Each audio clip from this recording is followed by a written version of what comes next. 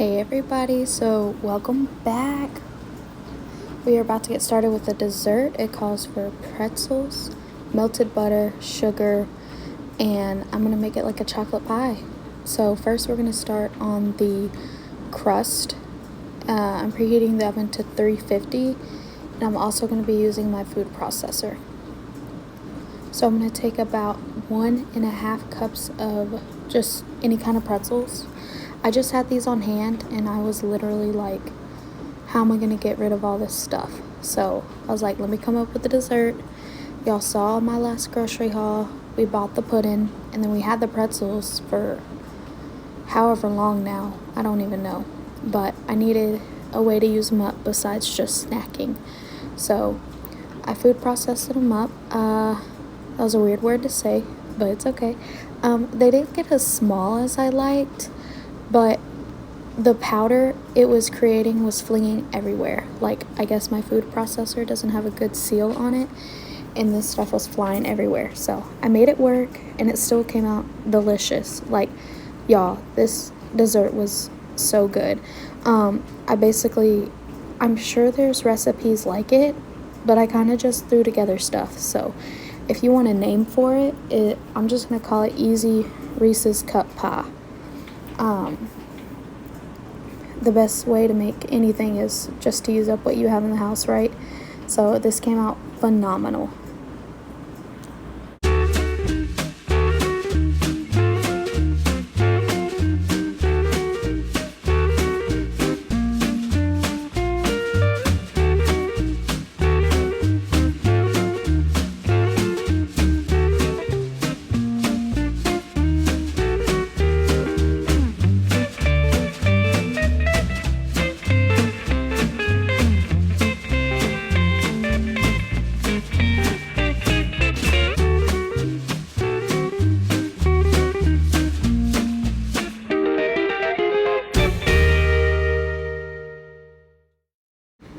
Alright, so this is what the pretzels came out to be. There's some bigger chunks, but it was okay. There was some finer pieces in there too.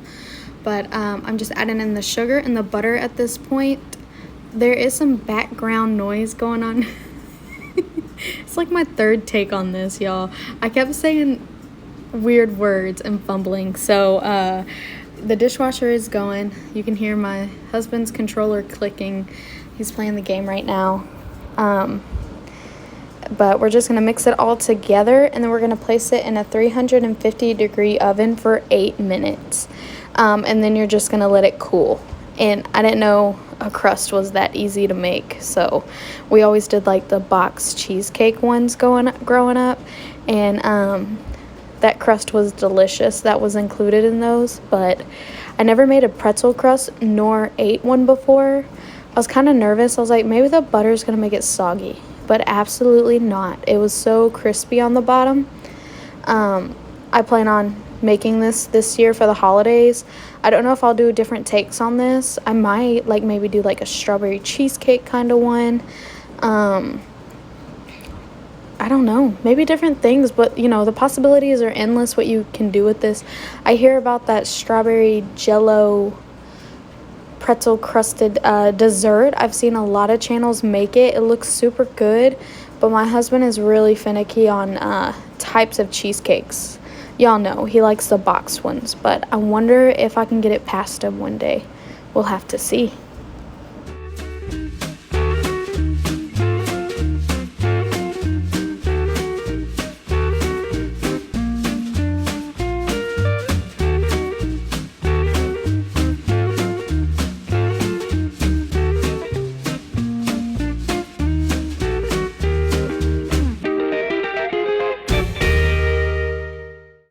Now we're going to get started on the filling part. So all I did was take 1 package of chocolate pudding mix, and I followed the milk instructions to the directions on the back for pie filling. So it's less milk than when you're making actual pudding, so it could be firmer, of course.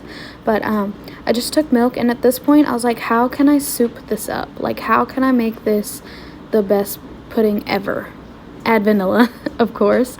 that's a great starting point to any dessert, like even box cake mix. What can I do to make it better? Add a little dash of vanilla.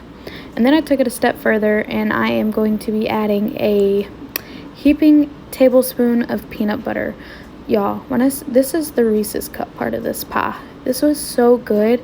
At first I was like, there's no way this is, gonna taste like a Reese's cup. And it actually does.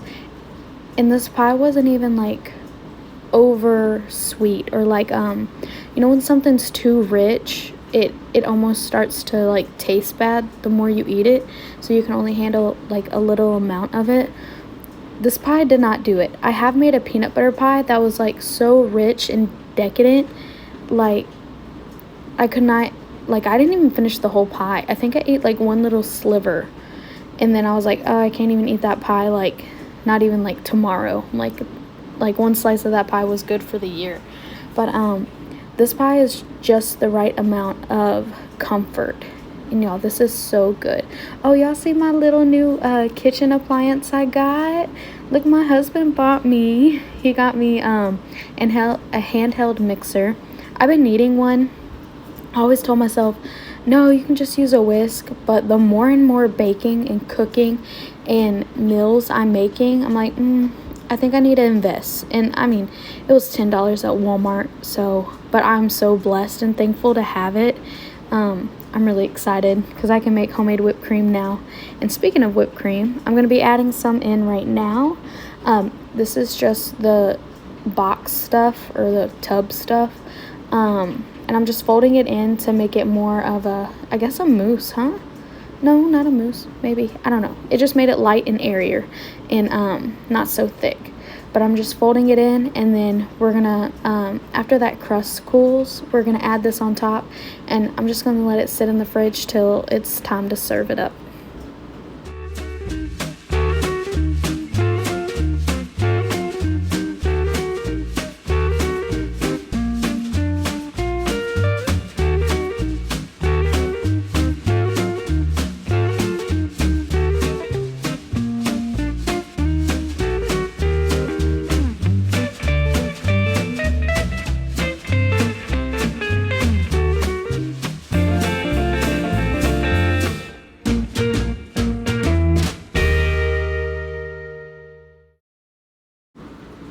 So I'm just going to layer this up, but while I'm doing that, this is definitely a favorite of family favorites.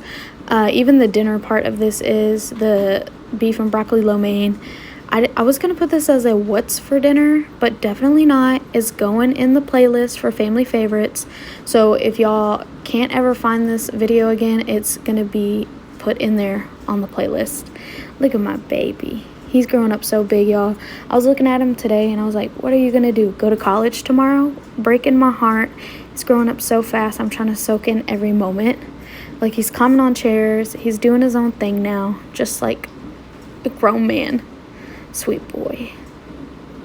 So for dinner, we're going to need garlic, onion, a head of broccoli, thin sliced steak meat or beef meat, brown sugar, olive oil, sesame seed oil, spaghetti noodles or lo mein noodles, ground ginger, or you can use fresh ginger, soy sauce, and hoisin sauce. The hoisin is not part of the original recipe, but I've been adding it in there because I have it in the fridge, and it's probably not going to go anywhere. I'm probably going to leave it in the recipe. It just creates the right amount of tang with the sweet sauce coming from the brown sugar.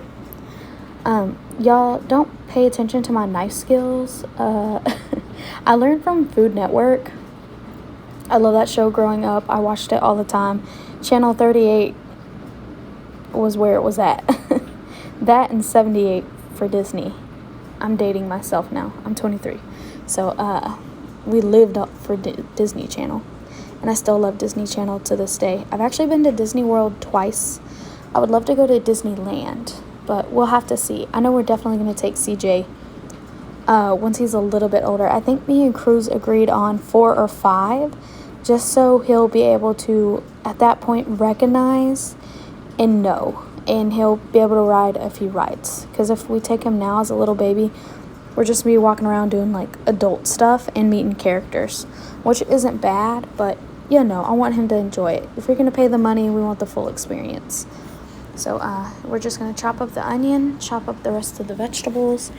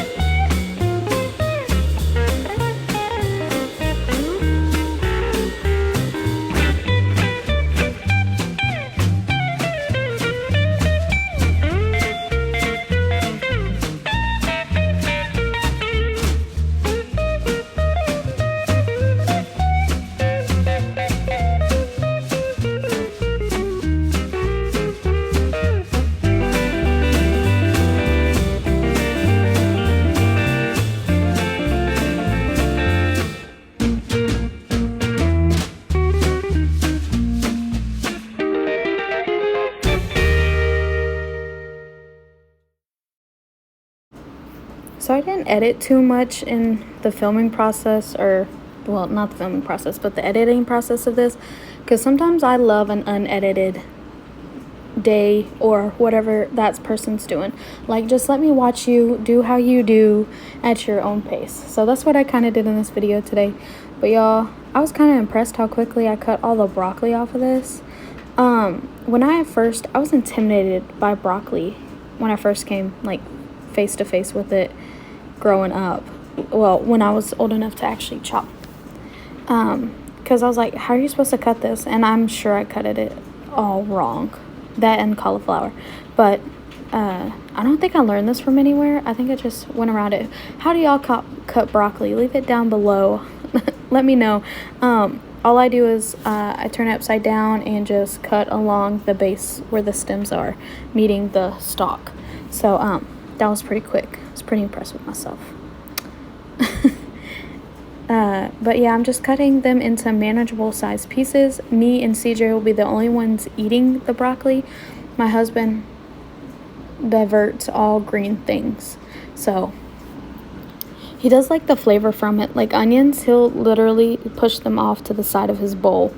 But he loves the flavor of it. So I guess win-lose situation, but he grown. He knows if he needs to eat his vegetables. He does eat corn. So I'll give him that. Next, we're going to take the sesame seed oil and we're just going to drizzle a little bit in the pan so we can fry up our meat in it. The meat is already in thin cut slices. That's what I would prefer if you are going to make this, to go ahead and just get the thin sized meat so you don't have to worry about that. And all I'm going to do is just slice it even thinner, smaller, manageable pieces like you would see in regular beef and broccoli. So that's what we're about to do now. I struggled with that plastic.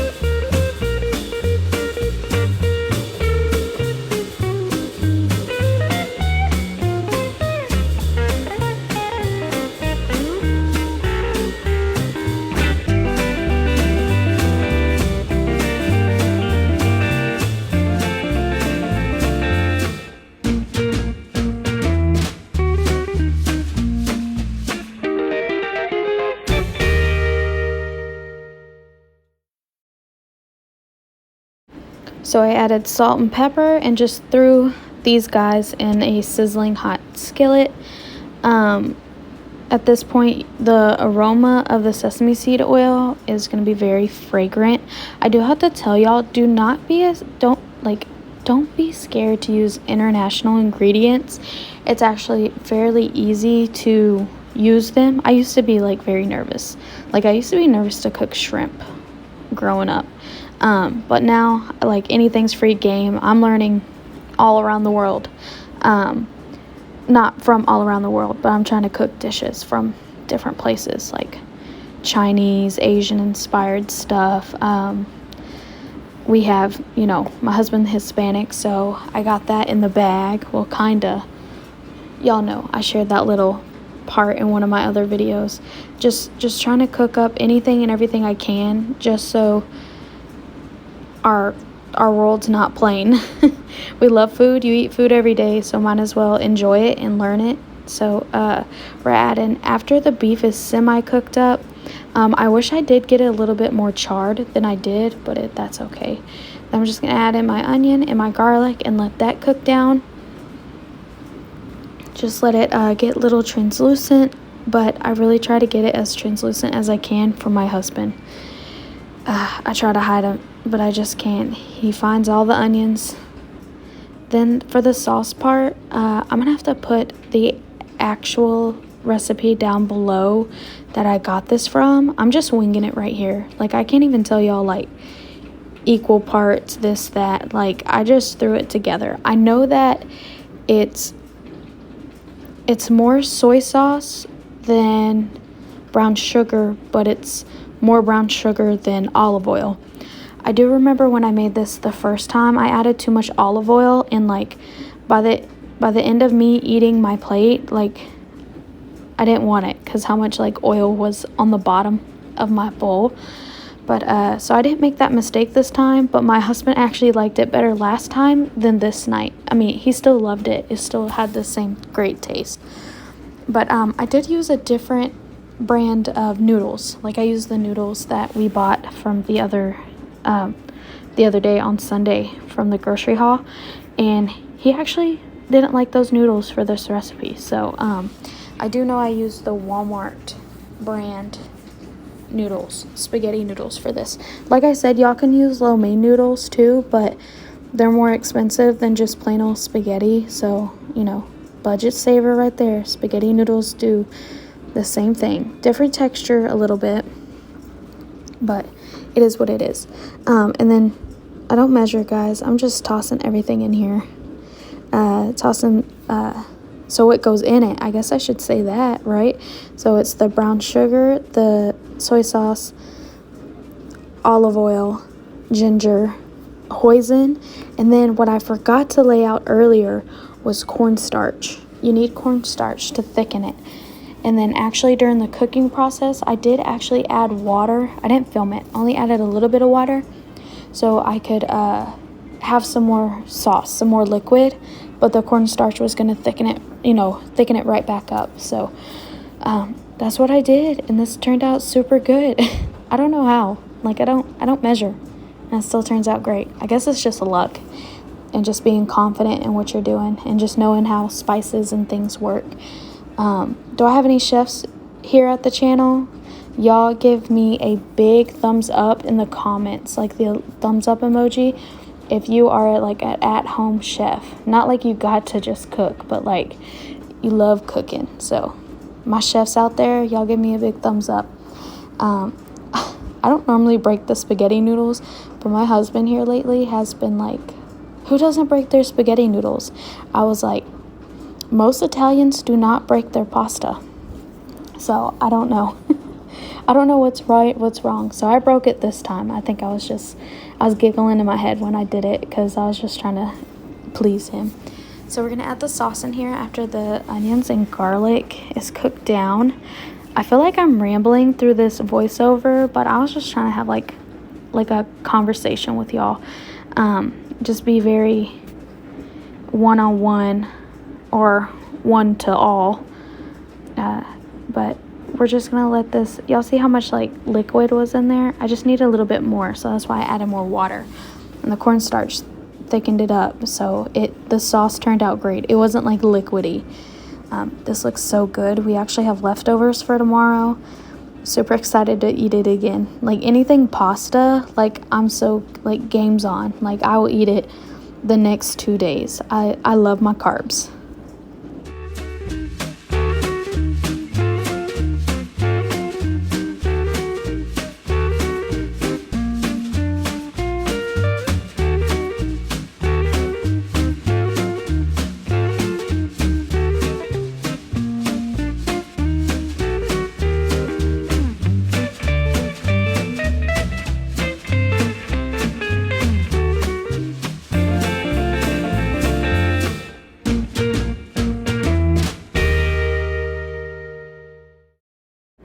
Alright, so I'm about to throw the broccoli in here.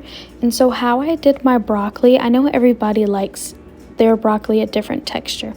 I don't mind a really soft broccoli, but the best tasting broccoli to me is when it still has like a slight crunch to it. So what I did and what I made sure to do, like I watched it, like I stood over the pot. But right when the broccoli turns this bright green, like from being like the normal green to this bright green, like that's where I like it at.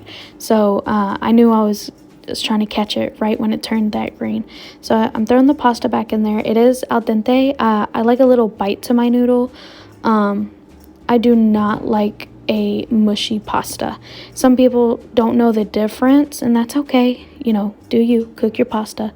At least it's cooked, right? But me, I am so technical. Like I do not like a mushy noodle. So I knew to take my pasta out of the boiling process before it was time, because I knew throwing it back in this sauce that it was going to finish cooking all the way. And I think my husband, he did voice to me that he would have rather it be cooked just a little bit more. Y'all, this pot was not big enough for this. I was throwing onions everywhere, but this is it. After you put everybody together, it is ready to serve. Y'all, let me tell you, y'all have got to make this. It took no time at all. I know the video seems pretty long, but it took no time at all, and both my boys were super happy. This is why it's a family favorite. When I sit down at the dinner table and I look at both my boys and they're just smiling so big, clearing their plates, and have full and happy tummies, that is what makes it to the family favorite playlist. So I hope you guys make this and it becomes a family favorite for you. So let's get back to this pie, y'all. I was gonna crush up some peanuts for this, and I probably will tomorrow when I have another slice. But tonight I just drizzled some extra chocolate on top with some dark chocolate chips. I actually dropped them all over the floor too, but I wanted to share. Y'all could add chopped nuts, bananas, strawberries, Reese's cups. That would be bomb.com. If I had Reese's cups, I would have totally did that. You can put whatever you want on this. Strawberry syrup, caramel syrup. I think it'd be delicious either way. But y'all have got to make these recipes. That's why I wanted to share them with y'all. They tasted so good. But you guys have a great night. I'm done rambling. Love you all.